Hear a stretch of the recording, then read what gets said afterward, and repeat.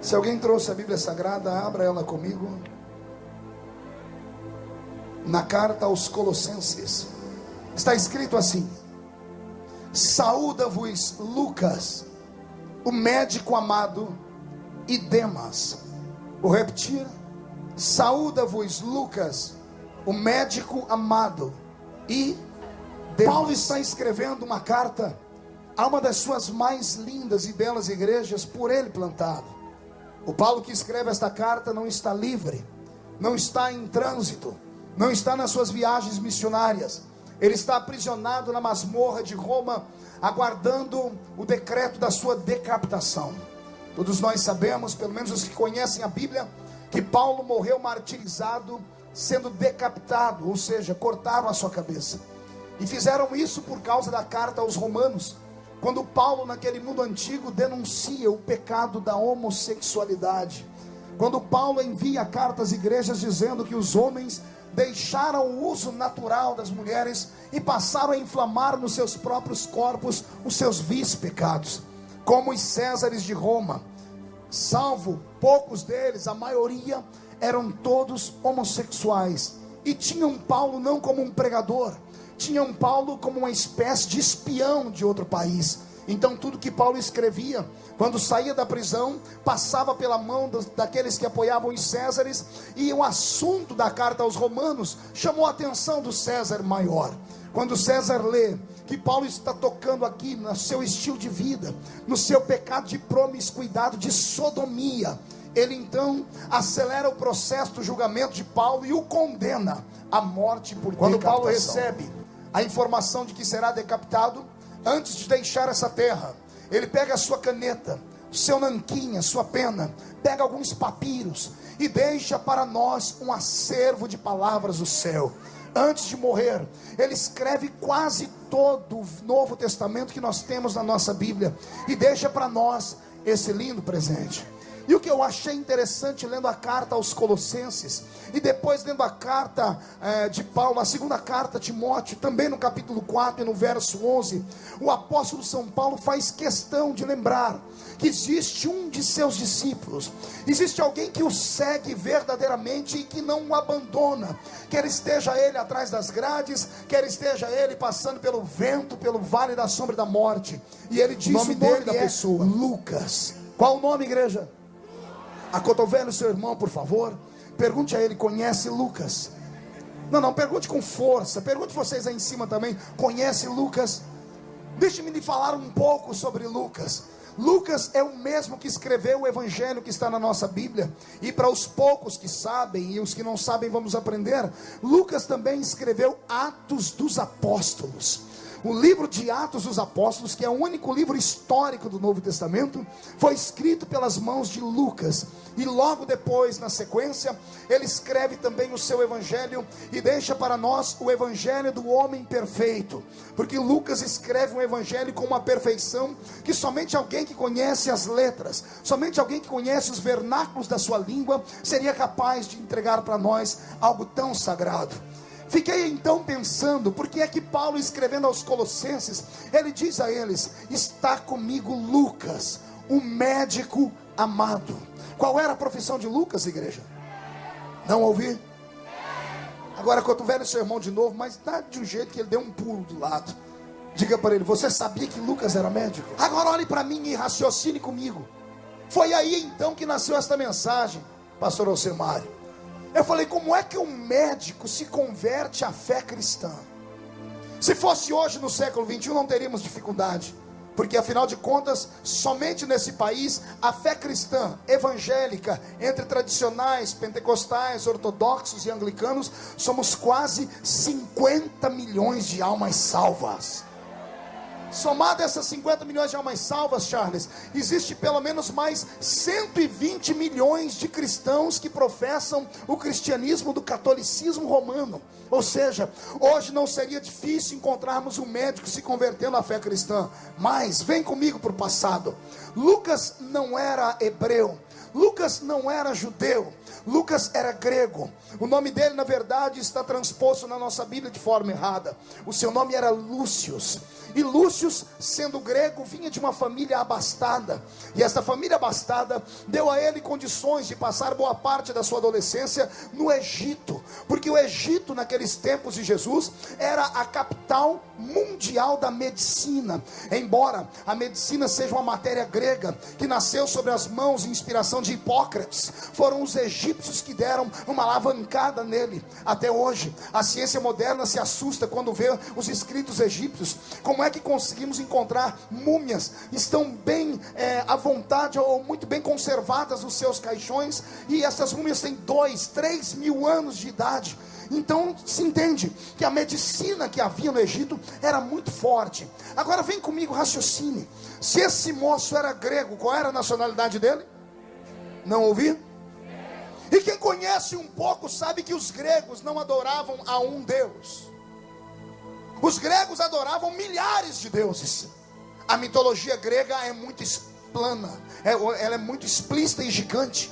Na mitologia grega nós temos as pessoas de Hércules, Triton, Poseidon, Hera, Hermes, Afrodite, Diana, Teseu, Zeus e tantos outros pseudos-deuses mais. Chegam a ter mais de 1000 pseudos-deuses. Imagine Lucas criado dentro de uma cultura como esta, na sua cultura helenista, onde ele aprende que o céu é muito próximo da terra, e o céu tem um nome, chama-se Olimpo, e que de vez em quando Zeus e um dos seus outros deuses descem à terra, se enamoram com mulheres e nascem semideuses como Hércules, que é seu filho, com certeza deve conhecer.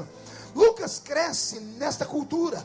Agora vem à minha mente de novo, como é que um grego, que é médico, que adora 1000 deuses, deixa tudo de lado para adorar um Deus estranho? Pergunte por quê. Esse Deus não tem mais do que 30 anos de idade na sua terra. Esse Deus não tem um templo ainda erigido a ele. Esse Deus não quer que ninguém faça uma imagem dele. E quem vem apresentar este Deus para ele é um homem de 1,5 metro de altura, com a cabeça agigantada, calvo, manco de uma perna, e há quem diga que até caolho ele era. O que mexe com o meu coração é isso. O que é que fez Lucas, o grego, o médico, que tem uma mente analítica, que tem uma mente científica, que é um cientista, porque todo médico é um cientista, que só acredita naquilo que é racional, que só trabalha com aquilo que pode ser provado através da química, da física e da matemática. O que é que leva esse homem cheio de conhecimento a se curvar diante do Cristo da cruz, a entregar o seu coração àquele Nazareno, a entregar a sua vida àquele que foi pendurado no alto de uma cruz e que sofreu 3 horas de agonias, só para que estivéssemos aqui nesta noite, erguendo a nossa voz ao céu e dando um grito de glória ao nome dele. O que eu vou apresentar para vocês nesta noite nada mais é do que um encontro de titãs. A história sagrada diz que este Lucas nunca foi discípulo de Jesus propriamente dito. Lucas nunca andou ao lado de Jesus. Lucas nunca ouviu a voz do mestre. Lucas não esteve a princípio na escola profética e apostólica dos 12. Mas é ele quem escreve para nós o evangelho mais perfeito. É ele quem narra com precisão o crescimento da igreja no Novo Testamento, em Atos dos Apóstolos. Isso mexeu com a minha cabeça. E como mexeu com a minha cabeça, eu me afundei nos livros de história, me afundei nos livros romanceados acerca da Bíblia, e a conclusão que eu cheguei me fez saltar por pelo menos umas 2 horas, gritando para Deus: só o Senhor é Deus. Respire fundo, porque eu tenho uma profecia para entregar agora. Se Deus salvou um grego, médico, que se curvava diante de 1000 deuses, a sua família escapa de um raio, mas não escapa da salvação. Não, eu vou repetir, porque teve gente que estava dormindo. Se Deus salvou um grego médico, a sua família será o próximo passo. E eu vou profetizar antes do dia 31 de dezembro de 2011. Você sentado ao redor da mesa e a família inteira salva. O mais ímpio dos seus parentes estará sentado chorando e dizendo: eu e a minha casa servimos ao Senhor. Lucas havia terminado seus estudos no Egito. A terra mais próxima do Egito não era a Grécia, era a terra dos judeus. A divisa entre o Egito e Israel está na cidadezinha de Tebas. Quem vai a Israel até os dias de hoje encontra esta velha cidade. Lucas sai do Egito, como tem dinheiro, é filho de uma família rica, vai e se apinha pelas terras da Palestina. Começa então a exercer o doutorado, começa a exercer a medicância, começa a cuidar e curar os doentes, até que ele estabelece uma espécie de consultório. Ele está em uma cidade dos hebreus. E agora, a história diz que era noite, ele já estava dormindo, quando alguém espanca a porta da sua casa. Ao espancar a porta, o médico salta da cama, abre a porta e pergunta: o que foi? E alguém ali está dizendo: eu preciso de um médico urgente, tem um visitante na minha casa doente. E o médico diz: mas olha a hora. E a pessoa diz: eu pago dobrado a hora, porque eu tenho condições. O médico Lucas pega a sua baliza, a sua pasta, não sei se tinha estetoscópio na época, e se embrenha agora por a negridão da noite, até chegar na casa de um rico empresário, em uma cidade poeirenta da Palestina. Ao subir no segundo andar da casa, ele encontra deitado em uma pequena cama um homem, que parece ter vindo do alto do apogeu de uma guerra. O seu corpo está todo cheio de hematomas, o seu corpo está cortado por cicatrizes, está sangrando. Algumas das feridas já começam a purular pus. O homem está com a sua cabeça inchada, e a notícia que dão para o médico é essa: jogaram ele de cima de uma muralha, e jogaram pedras em cima para matá-lo. Pensavam que ele estava morto e o abandonaram. Então eu fui, o tomei e trouxe para cá. Lucas observa o doente e deve ter se perguntado: porventura esse moço veio de uma batalha? Que batalha é esta que faz alguém matar um soldado como esse? Com certeza alguém dentro da casa deve ter tecido algum comentário que Lucas era sim soldado, mas não soldado pretoriano da guarda dos romanos, não soldado dos gregos. Ele era soldado de um exército invencível, de um exército que nesta noite aqui em Cuiabá tem milhares e milhares de soldados preparados para botar o exército do inimigo para perder. Quem pertence a esse exército, além de dar um grito, dá um pulo para cima só para ver que você está acordado. Lucas então começa um tratamento.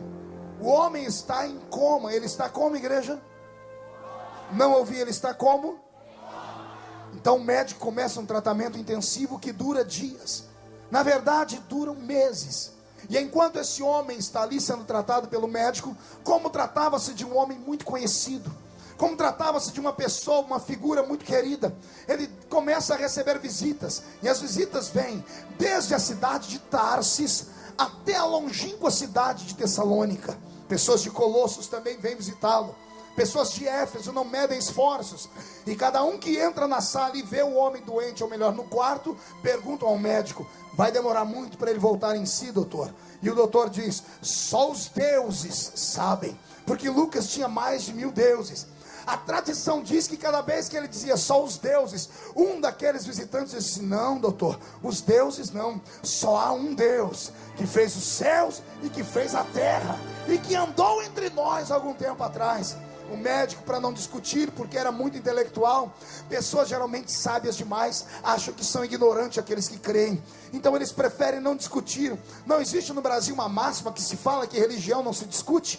Não se discute religião porque as pessoas tendem a ter dificuldade em acreditar naquilo que transcende, naquilo que é metafísico, naquilo que é espiritual. E é por isso que está escrito na palavra que Deus ocultou aos sábios. Mas não é que ele revelou aos pequeninos, não é que ele revelou a homens e mulheres que aqui estão. Quantos aqui foram revelados pelo poder da salvação? Deixa eu ver. Pois bem, Lucas começa a cuidar do doente. E as pessoas que vão visitando e fazendo perguntas, dizendo: falta muito para ele voltar. E ele dizendo: não sei, o estado clínico dele está aqui, é estável, estamos esperando o corpo reagir. Até que alguém da família desse pequeno homem entra lá dentro. Quando entra dentro da casa, vê o homem deitado na cama, e a família com o coração pesado diz: nós avisamos ele, não precisava fazer o que ele faz. Ele é poliglota. Ele fala mais línguas do que todos os que estão aqui. Ele é estudado. Passou anos na Universidade de Jerusalém aprendendo aos pés do doutor Gamaliel. Mas toda vez que a gente fala para ele, você vai passar fome, sabe o que ele responde para a gente, doutor? Ele diz: eu sei padecer necessidade, também sei viver em abastança. Nada me separa do amor de Cristo, nem a profundidade, nem a altura. Os dias se seguem. Chega alguém da cidade de Tessalônica, visita o doente, pergunta: doutor, falta muito para ele voltar? E o doutor dizendo: não sei falar. Por quê? Porque ele esteve na nossa igreja e ele fez uma pregação lá e deixou todo mundo perplexo. Lucas, na sua curiosidade, questiona: o que foi que ele ensinou? Nós tínhamos uma dúvida acerca dos que morreram. Nós não sabíamos o que acontecia com os que morreram. Até que um dia ele chegou na nossa igreja e disse: eis que o Senhor me revelou sobre os mortos. E ele então prega para nós um sermão. Calma aí, doutor, que eu vou tirar aqui a anotação. A pessoa tira do bolso e assim: olha, ele disse assim, doutor, e dada a palavra de ordem, o mesmo Senhor descerá do céu com alarido e voz de arcanjo. Os que morreram em Cristo ressuscitarão primeiro, e nós, os que ficarmos vivos, seremos transformados e arrebatados seremos, e estaremos para sempre com o Senhor dos ares, ares, ares. Mais visitas. As visitas começam a falar de coisas estranhas. Alguém da cidade de Corinto faz a visita e diz: doutor, falta muito para esse homem voltar. Por quê? Porque ele pregou uma coisa para nós, nós estamos até agora esperando ele lá para explicar, porque foi muito forte. E o que ele ensinou? Ele disse assim: doutor, calma aí, deixa eu pegar o papelzinho aqui. Ele disse assim: doutor, aquilo que os olhos não viram, aquilo que os ouvidos não ouviram, aquilo que não subiu ao coração do homem, é o que Deus tem reservado para aqueles que são apaixonados por Ele.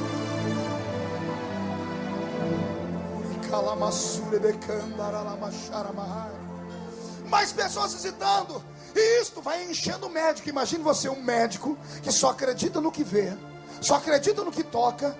Começa a ver que pessoas crédulas, que pessoas santas vão visitar este baixinho e começam a falar de coisas que ele nunca ouviu na vida.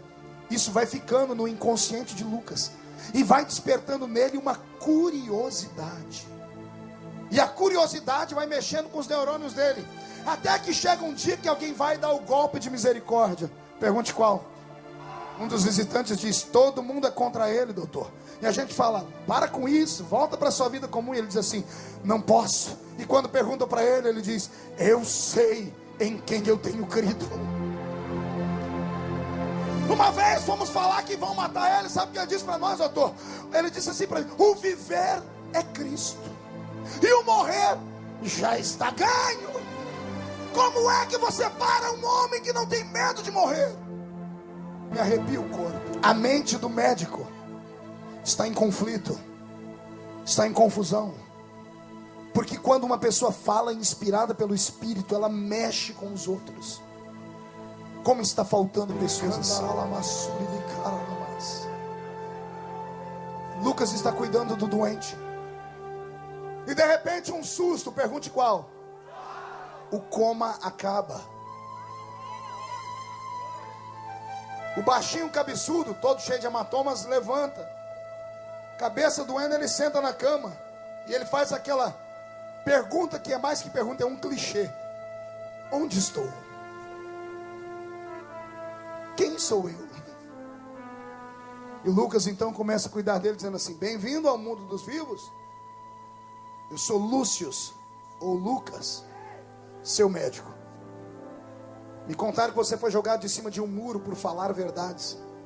Te apedrejaram, te deixaram pensando que estava morto, mas você estava vivo. Quanto tempo eu estou aqui, doutor? Muito tempo. Ele vai se ajeitando. Então, doutor, me dê licença que eu estou atrasado, eu tenho que fazer com que se cumpra a minha chamada, eu não posso ficar parado. Lucas segura: não, como seu médico, eu determino que você não vai sair daí. Você está sob observação, você acabou de voltar, você precisa comer, se alimentar, precisa fazer alguns exercícios. Doutor, mas eu não posso, eu tenho que trabalhar. Eu te proíbo. O baixinho, cabeçudo, tem nome. Qual é o nome dele? Não ouvi. Ele abaixa a cabeça e diz assim: ai. E o doutor diz: está vendo? Você ainda não está bem. E Paulo diz: ai, ai, ai. Ele diz: onde é que dói, moço?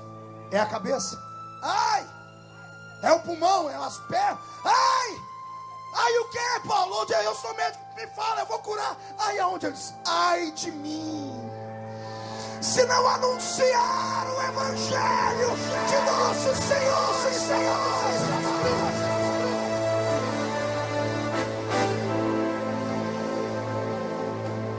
Quem para um homem ungido?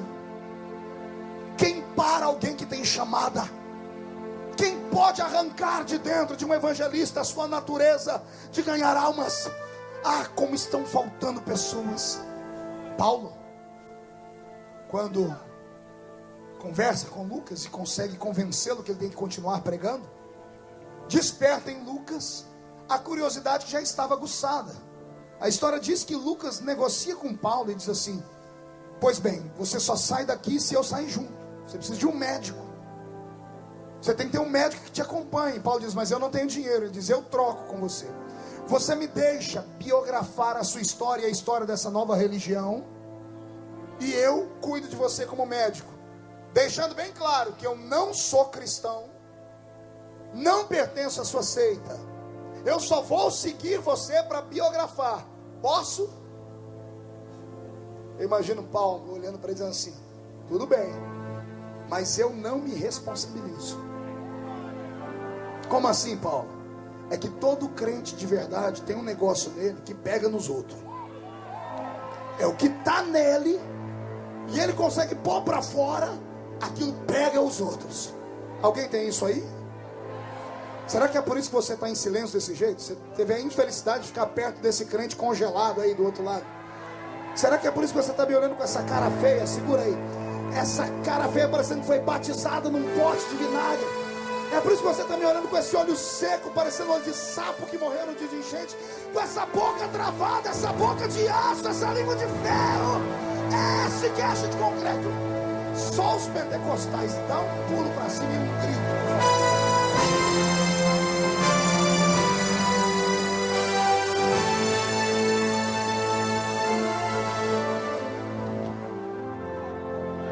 Olha para o seu irmão e diga: quer saber o que aconteceu? Diga: entra com a gente nessa carruagem.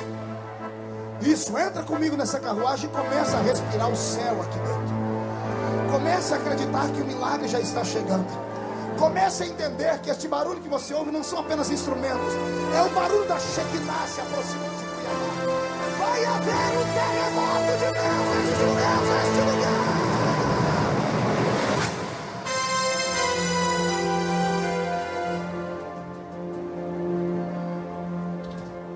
Não deu outra.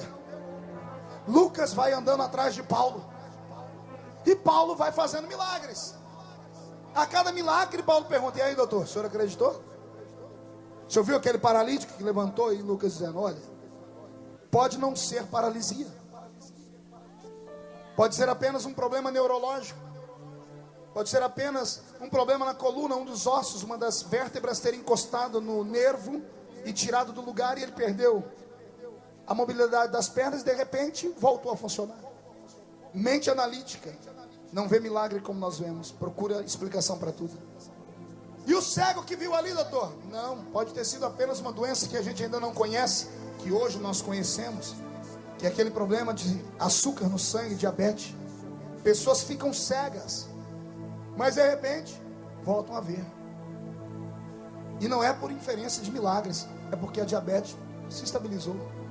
Ele tem uma explicação para tudo. Tudo bem. Mas chega uma hora que não dá para explicar mais. Paulo chega na cidade de Troas. Quando o velho sermão diga: vem com a gente para Troas. Paulo chega em qual cidade? Não ouvi. Quando ele entra na cidade, um tumulto. A igreja estava crescendo. Um homem que tem uma casa com 3 andares. Quantos andares?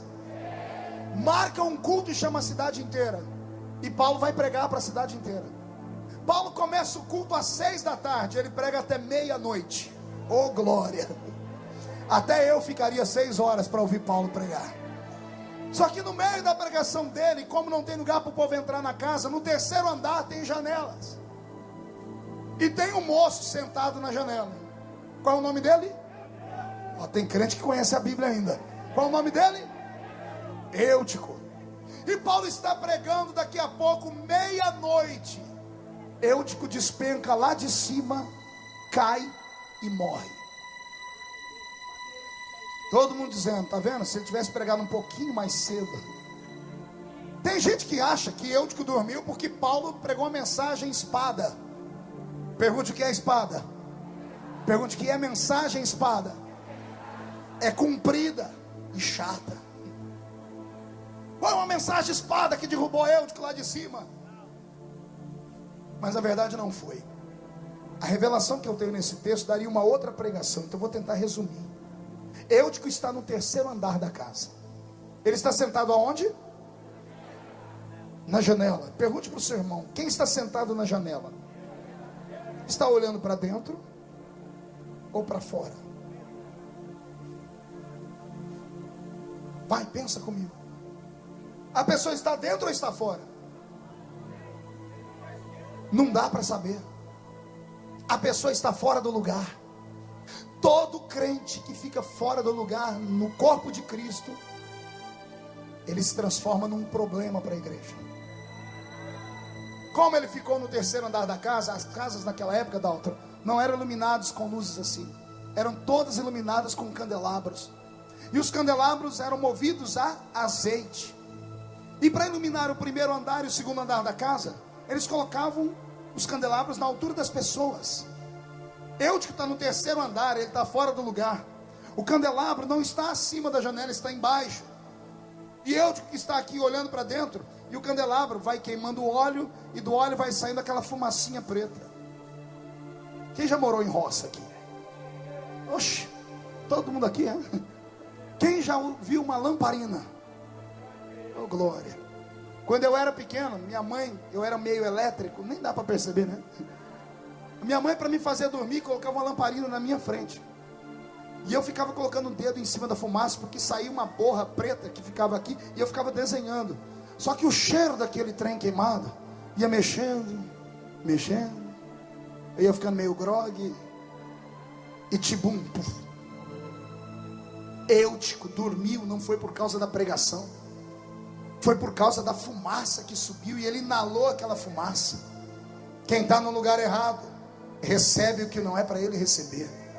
Agora, só a título de experiência para quem é pentecostal, nós sabemos que azeite na Bíblia representa o quê? O Espírito Santo. O que representa o azeite? O que é que o Espírito Santo provoca em nós? Força para adorar.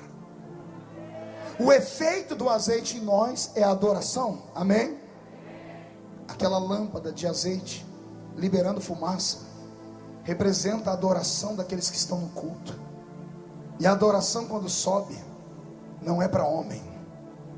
A adoração, quando sobe, não é para o pregador. A adoração, quando sobe, Paulo está pregando, Eutico cai e tibum, acabou o culto. Crente fora do lugar, quando cai, dispersa a fé de todo mundo. O menino cai do lado de fora, pense num tumulto. O povo gritando, morreu aqui, morreu aqui. Todo mundo estava olhando para Paulo, deixou ele lá e foi todo mundo correr. Porque todo mundo gosta de um mal feito. Todo mundo gosta de uma desgraça, de uma miséria. Quando todo mundo chega, a mãe do menino pega ele pela mão e diz, meu filho está morto. Começam a gritar, um médico, um médico, um médico. Aperta o cinto aí. Não é que tinha um médico ali? Qual é o nome do médico? Enquanto velho, o seu irmão fala para ele, eu conheço a história, rapaz.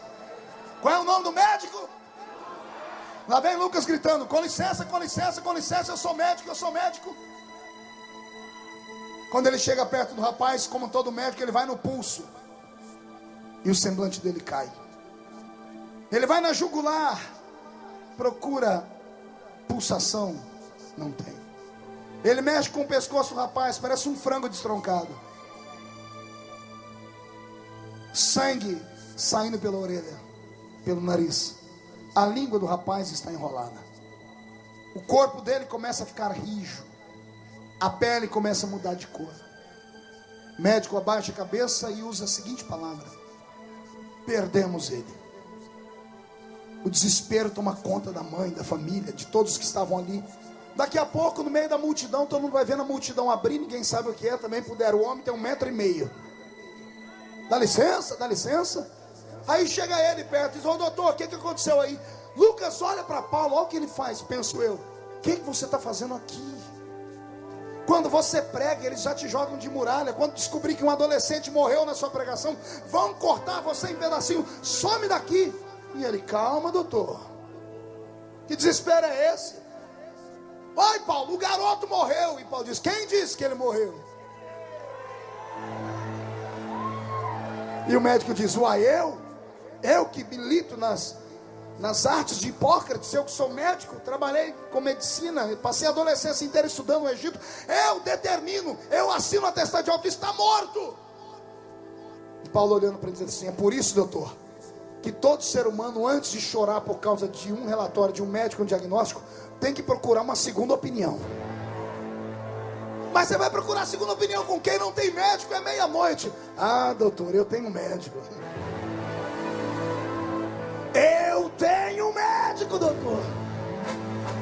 Só me dá uma licencinha que eu vou fazer uma ligação para ele. Pois não. Paulo pega o telefone e digita lá 3332. Conhece esse telefone ou não? Aqui tem um aqui que sabe tudo. Jeremias 33:3. Clama a mim, responder-te-ei, anunciar-te-ei coisas grandes e ocultas que você nem sonha que existem. O número 2 são 2 joelhinhos no chão. Paulo faz uma ligação. Alô, do outro lado da linha, pois não? Quem fala? Jeová Rafa. Jeová Rafa, o senhor que cura? Sim. Eu estou aqui, quem fala aqui é Paulo, seu servo. Pois não, Paulo, o que aconteceu? Tem um garoto aqui que caiu na minha pregação. O senhor pode ver para mim como é que o rapaz está? Por quê, Paulo? Não é porque o médico que anda comigo falou que ele está morto. Silêncio no telefone, o médico olha para o rapaz. Paulo, avise a todos que o rapaz não está morto. Ele só está dormindo. Ai, glória! Paulo todo oriçado e alegre ao Semário, vai lá, mexe no morto, diz assim: gente, ele só está dormindo. Lucas vai saindo de pé e diz assim: gente, eu não conheço esse homem não, viu? Ele é louco, bateu com a cabeça, caiu de cima do muro, ele é meio maluco. Paulo pega o morto e começa a sacudir. Acorda, Eutico. E o pescoço de frango está lá. Eutico, acorda, Eutico. Daqui a pouco um grito: Eutico, acorda, Eutico. O rapaz abre os olhos e faz assim: ati. Paulo põe o rapaz de pé e diz: é por isso que eu creio naquele que me salvou. Se Jesus Cristo ressuscitou dentre os mortos, nós também cremos que a morte não é vitoriosa.